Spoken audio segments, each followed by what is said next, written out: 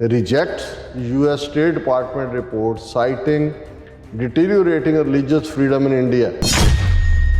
Report ਜਿਹੜੀ ਹੈ ਇੱਕ ਪੱਖੀ ਹੈ, ਇਹ ਬਿਲਕੁਲ ਕੋਈ ਨਹੀਂ ਹੈ ਜੀ ਕਿ ਅਸੀਂ ਕੋਈ ਮਾਈਨੋਰਟੀਜ਼ ਨੂੰ ਟਾਰਗੇਟ ਕਰ ਰਹੇ ਹਾਂ। ਅਫੀਸ਼ੀਅਲ ਕਹਿ ਰਿਹਾ ਵੀ ਇਹਨਾਂ ਸਾਰੇ ਧਰਮਾਂ ਦੇ ਉੱਤੇ ਵੀ ਅਟੈਕ ਨੇ, ਧਰਮ ਸਥਾਨਾਂ 'ਤੇ ਵੀ ਨੇ, ਓਪਨ ਜੈਨੋਸਾਈਡ ਦੀ ਕਾਲ ਵੀ ਹੈ, ਘਰ ਵੀ ਇਹਨਾਂ ਦੇ ਬੁਲਡੋਜ਼ ਕੀਤੇ ਜਾ ਰਹੇ ਨੇ, ਰਿਲੀਜੀਅਸ ਪਲੇਸਿਸ ਵੀ ਕੀਤੇ। ਉਹਨੇ ਕਿਹਾ ਜੀ ਇਹ ਜਿਹੜੇ ਹੈ ਇਹ ਮਿਸਇਨਫੋਰਮੇਸ਼ਨ ਹੈ, ਮੋਟੀਵੇਟਡ ਹੈ। ਅਸੀਂ ਬੜੀ ਵੈਲਿਊ ਕਰਦੇ ਹਾਂ US ਨਾਲ ਰਿਲੇਸ਼ਨਸ਼ਿਪ, ਪਰ we are aware of the release of US State Department report on international religious freedom. Regrettably, such reports continue to be based on misinformation and flawed understanding.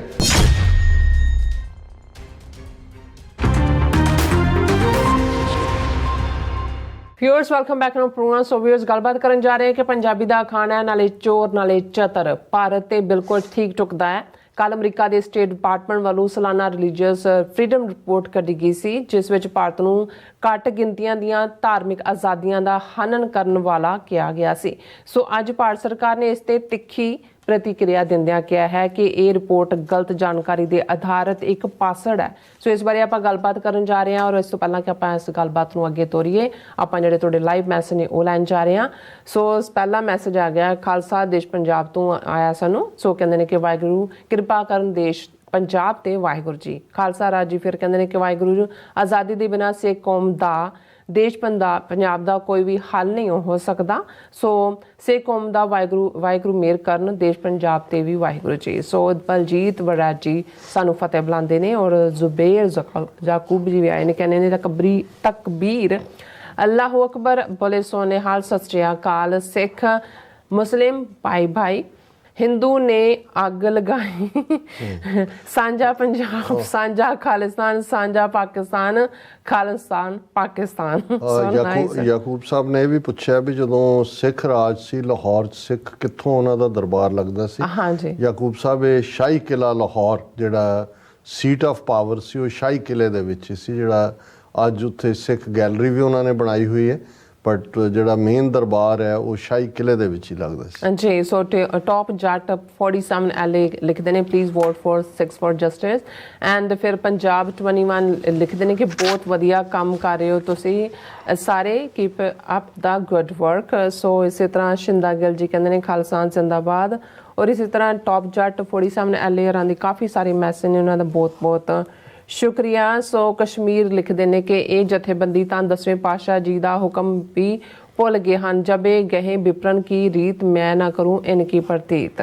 ਸੋ ਜ਼ੁਬੇਰ ਜਾਕੂਬ ਜੀ ਕਹਿੰਦੇ ਤੁਮਨੇ ਕਿਆ ਪੰਜਾਬੀ में नहीं लिख सकते, ਅੱਗੇ ਉਹਨਾਂ ਨੇ ਮੇਰੇ ਖਿਆਲ ਕਿਹਾ ਇਹਨਾਂ ਨੇ। ਸੋ ਇਸੇ ਤਰ੍ਹਾਂ ਸਾਡੇ ਕੋਲ ਮੈਸੇਜ ਦਾ ਜ਼ੁਬੀਰ ਜੀ ਦੇ ਕਾਫੀ ਸਾਰੇ ਮੈਸੇਜ ਨੇ, ਇਹਨਾਂ ਨੂੰ ਬਹੁਤ ਬਹੁਤ ਸ਼ੁਕਰੀਆ। ਲਖਵਿੰਦਰ ਸਿੰਘ ਪੰਨੂ ਲਿਖਦੇ ਨੇ ਖਾਲਸਾ ਜ਼ਿੰਦਾਬਾਦ। ਪਰਮਜੀਤ ਸਿੰਘ ਪੰਮਾ ਉਹਨਾਂ ਲਿਖਿਆ, ਔਰ ਜਸ ਜੀ ਕਹਿੰਦੇ ਨੇ if the mind can convince it it can achieve it. So ਇੱਕ ਔਰ ਲਿਖਦੇ ਨੇ ਸਿੱਖਸ ਫॉर ਜਸਟਿਸ ਜ਼ਿੰਦਾਬਾਦ। ਇਸੇ ਤਰ੍ਹਾਂ ਸਮਾਰਟ ਕਿਡਸ ਐਂਡ ਫਨ ਲਿਖਦੇ ਨੇ ਤੁਹਾਡਾ ਸਕਰੀਨ ਵਾਲਾ ਜਿਹੜਾ ਨੰਬਰ ਹੈ ਕੋਈ ਨਹੀਂ ਚੱਕਦਾ, ਆਈ ਡੋਂਟ ਨੋ ਇਹਨਾਂ ਨੇ ਕੀਤਾ ਜਾਂ ਹੁਣ ਕਰਕੇ ਦੇਖ ਲੈਣਾ, ਆਈ ਥਿੰਕ ਜੇ ਦੇਖ ਰਹੇ ਨੇ ਸਾਨੂੰ। ਸੋ ਫਿਰ ਇਸੇ ਤਰ੍ਹਾਂ ਮੈਸੇਜ ਹੈ ਇੱਕ ਔਰ ਲਿਖਦੇ ਨੇ new leadership will come up and MSN ਲਿਖ ਅੱਛਾ ਉਹਨਾਂ ਦਾ ਮੈਂ ਕਰ ਦਿੱਤਾ। ਓਕੇ ਜਸਟ ਜੀ ਕਹਿੰਦੇ ਨੇ good Sikh film makers also need to be encouraged. So Kuldeep ਕੋ ਲਿਖਦੇ ਨੇ ਪੰਜਾਬ ਹਾਲ ਖਾਲਿਸਤਾਨ। ਔਰ ਇਸੇ ਤਰ੍ਹਾਂ ਮੈਸੇਜ ਸਾਡੇ ਕੋਲ ਹੈਗਾ ਉਹਨਾਂ ਦਾ ਫਿਰ ਇੱਕ ਹੋਰ ਜਿਹਦਾ ਕਹਿੰਦੇ political and religious reform will take place. And ਉਹਨਾਂ ਨੇ ਫਿਰ ਲਿਖਿਆ ਕਿ politically power is ਗ੍ਰੇਟਲੀ needed in today's ਏਰਾ। ਸੋ ਇਸੇ ਤਰ੍ਹਾਂ ਅਵਤਾਰ ਸਿੰਘ ਜੀ ਫਤਿਹ ਬੁਲਾਉਂਦੇ ਨੇ, ਔਰ ਸਾਰਿਆਂ ਦੇ ਮੈਸੇਜ ਸਾਨੂੰ ਫਤਿਹ ਵਾਲੇ ਨੇ। ਸੋ ਸਾਰਿਆਂ ਦਾ ਬਹੁਤ ਬਹੁਤ ਸ਼ੁਕਰੀਆ। ਔਰ ਸਿੰਗਰਚਾ ਜੀ ਵੀ ਖਾਲਸਾ ਜ਼ਿੰਦਾਬਾਦ ਲਿਖਦੇ ਨੇ, ਐਵਰੀ ਡੇ ਆਉਂਦੇ ਨੇ ਸਾਡੇ ਕੋਲ। ਸੋ ਜਸਵੀਰ ਬਰਾੜ ਜੀ ਵੀ ਖਾਲਸਾ ਜ਼ਿੰਦਾਬਾਦ ਲਿਖਦੇ ਨੇ ਸਿੱਖਸ ਫॉर ਜਸਟਿਸ, ਔਰ ਸਾਨੂੰ ਸਭ ਨੂੰ ਫਤਿਹ ਬੁਲਾਉਂਦੇ ਨੇ। ਔਰ ਇਸੇ ਤਰ੍ਹਾਂ ਮੈਸੇਜ ਹੈਗਾ ਗੁਰਵਿੰਦਰ ਬਾਲ ਕਹਿੰਦੇ ਨੇ ਕਿ ਵਾਹਿਗੁਰੂ ਜੀ ਕਾ ਖਾਲਸਾ ਵਾਹਿਗੁਰੂ ਜੀ ਕੀ ਫਤਿਹ ਜੀ। ਦੇਖੋ ਅਸੀਂ ਕੱਲ੍ਹ ਇੱਕ ਸੈਗਮੈਂਟ ਕੀਤਾ ਸੀ ਕਿ ਅਮਰੀਕਾ ਦੇ ਸਟੇਟ ਡਿਪਾਰਟਮੈਂਟ ਨੇ ਆਪਣੀ ਸਾਲਾਨਾ ਜਿਹੜੀ ਰਿਲੀਜੀਅਸ ਫਰੀडम ਰਿਪੋਰਟ ਕੱਢੀ ਹੈ, ਔਰ ਉਹਦੇ 'ਚ ਭਾਰਤ ਨੂੰ ਚੰਗੇ ਰਗੜੇ ਦਿੱਤੇ ਗਏ ਨੇ, ਬਟ ਉਹ ਰਿਸਟ ਔਨ ਦਾ ਟੈਪ ਵਾਂਗ ਹੈ, ਕਿਉਂਕਿ ਆਲਰੇਡੀ 22 ਜੂਨ ਨੂੰ ਜਿਹੜੀ ਹੈ ਮੋਦੀ ਦੀ ਸਟੇਟ ਵਿਜ਼ਿਟ ਪਲਾਨ ਕੀਤੀ ਗਈ ਹੈ, ਔਰ even secretary of state mister Blinken ਨੇ ਜਿੱਥੇ ਜਿਨ੍ਹਾਂ ਮੁਲਕਾਂ ਦਾ ਨਾਂ ਐਜ਼ ਏ ਵਰਸਟ ਵਾਇਓਲੇਟਰ ਲਿਆ, ਉਹਦੇ 'ਚ ਈਵਨ ਇੰਡੀਆ ਮੈਂਸ਼ਨ ਵੀ ਨਹੀਂ ਸੀ ਉਹਦੀ ਜਦੋਂ ਵਰਬਲ ਉਹਨਾਂ ਨੇ ਮੀਡੀਆ ਨੂੰ ਐਡਰੈਸ ਕੀਤਾ। ਹਾਲਾਂਕਿ ਇੰਡੀਆ ਹੁਣ US ਸਰਫ ਦੀ ਰਿਪੋਰਟ ਦੇ ਵਿੱਚ ਵੀ ਕੰਟਰੀ ਆਫ ਪਾਰਟਿਕੂਲਰ ਕੰਸਰਨ ਦੇ ਤੌਰ ਤੇ ਉਸ ਨੂੰ ਡੈਜ਼ਿਗਨੇਟ ਕੀਤਾ ਗਿਆ। ਔਰ ਈਵਨ ਜਿਹੜੇ ਅਫੀਸ਼ੀਅਲ ਨੇ ਇੱਕ ਇਸ ਰਿਪੋਰਟ ਦੇ ਨਾਲ ਬਿਨਾਂ ਨਾਂ ਉਸ ਅਫੀਸ਼ੀਅਲ ਦਾ ਆਇਆ ਸੀ ਕਿ ਭਾਈ ਜੋ ਚੱਲ ਰਿਹਾ ਦਾ official also said US State Department report had outlined continued targeted attacks against Christians, Muslims, Sikhs, Hindus, Dalits and indigenous communities, or open call for genocide against Muslims, lynching and other hate-fueled violence, attacks on houses of worship and home demolitions in some such cases with impunity and even clemency for those who have engaged in attack on religious minorities. ਸੋ ਜ਼ਾਹਰ ਹੈ ਕਿ ਉਹਦੇ 'ਚ Bilkis Bano case ਦਾ ਵੀ ਹਵਾਲਾ ਹੈ, ਜਿਨ੍ਹਾਂ ਨੂੰ ਉਹ ਕਨਵਿਕਟਡ ਸੀ, ਉਹਨਾਂ ਦਾ ਛੁਟਕਾਰਾ ਔਰ ਓਪਨ ਕਾਲ ਜੈਨੋਸਾਈਡ ਦੀ ਔਰ ਰਿਲੀਜੀਅਸ ਪਲੇਸਿਸ ਉਹ ਸਾਰੇ ਹੀ ਮਜ਼ਹਬਾਂ ਦੇ ਆ ਗਏ। ਹੁਣ ਇਸ ਸਭ ਦਾ ਕਿਉਂਕਿ ਕੱਲ੍ਹ ਰਿਪੋਰਟ ਸੀ, ਹੁਣ ਅੱਜ ਇੰਡੀਆ ਦੀ ਫੋਰਨ ਮਿਨਿਸਟਰੀ ਨੇ ਇਸ ਦੇ ਉੱਤੇ ਤੁਸੀਂ ਬਿਲਕੁਲ ਠੀਕ ਕਿਹਾ, ਨਾਲੇ ਚੋਰ ਨਾਲੇ ਚਤਰ, ਕਿ ਉਹਨਾਂ ਨੇ ਈਵਨ ਇਸ ਰਿਪੋਰਟ ਨੂੰ ਇਵੇਂ ਹੀ ਲਿਆ ਜਿਵੇਂ ਹਾ ਹੀ ਕਰਕੇ ਹੁੰਦਾ। ਮਿਨਿਸਟਰੀ ਆਫ ਐਕਸਟਰਨਲ ਅਫੇਅਰਸ ਦੇ ਉਹਨਾਂ ਦੇ ਮੀਡੀਆ ਦੀ PTI ਦੀ ਖਬਰ rejects US State Department report citing deteriorating religious freedom in India. Ministry of External Affairs also says comments about continued targeting of minorities are biased and motivated. ਕਿ report ਜਿਹੜੀ ਹੈ ਇੱਕ ਪੱਖੀ ਹੈ, ਇਹ ਬਿਲਕੁਲ ਕੋਈ ਨਹੀਂ ਹੈ ਜੀ ਕਿ ਅਸੀਂ ਕੋਈ ਮਾਈਨੋਰਟੀਜ਼ ਨੂੰ ਟਾਰਗੇਟ ਕਰ ਰਹੇ ਹਾਂ। ਰਿਜੈਕਟਿੰਗ ਦਾ US governments latest report on international religious freedom which includes a chapter on India, the Ministry of External Affairs said it was based on misinformation and statements by officials were motivated. ਹੁਣ ਜਿਹੜਾ official ਕਹਿ ਰਿਹਾ ਵੀ ਇਹਨਾਂ ਸਾਰੇ ਧਰਮਾਂ ਦੇ ਉੱਤੇ ਵੀ attack ਨੇ, ਧਰਮ ਸਥਾਨਾਂ ਤੇ ਵੀ ਨੇ, ਓਪਨ ਜੈਨੋਸਾਈਡ ਦੀ ਕਾਲ ਵੀ ਹੈ, ਘਰ ਵੀ ਇਹਨਾਂ ਦੇ ਬੁਲਡੋਜ਼ ਕੀਤੇ ਜਾ ਰਹੇ ਨੇ, ਰਿਲੀਜੀਅਸ ਪਲੇਸਿਸ ਵੀ ਕੀਤੇ। ਉਹਨੇ ਕਿਹਾ ਜੀ ਇਹ ਜਿਹੜੇ ਹੈ ਇਹ ਮਿਸਇਨਫੋਰਮੇਸ਼ਨ ਹੈ, ਮੋਟੀਵੇਟਡ ਹੈ। ਔਰ ਬਾਕੀ ਨਾਲ ਹੀ ਕਿਹਾ ਜੀ ਅਸੀਂ ਬੜੀ ਵੈਲਿਊ ਕਰਦੇ ਹਾਂ US ਨਾਲ ਰਿਲੇਸ਼ਨਸ਼ਿਪ, ਪਰ we are aware of the release of US State Department report on international religious freedom. Regrettably, such reports continue to be based on misinformation and flawed understanding.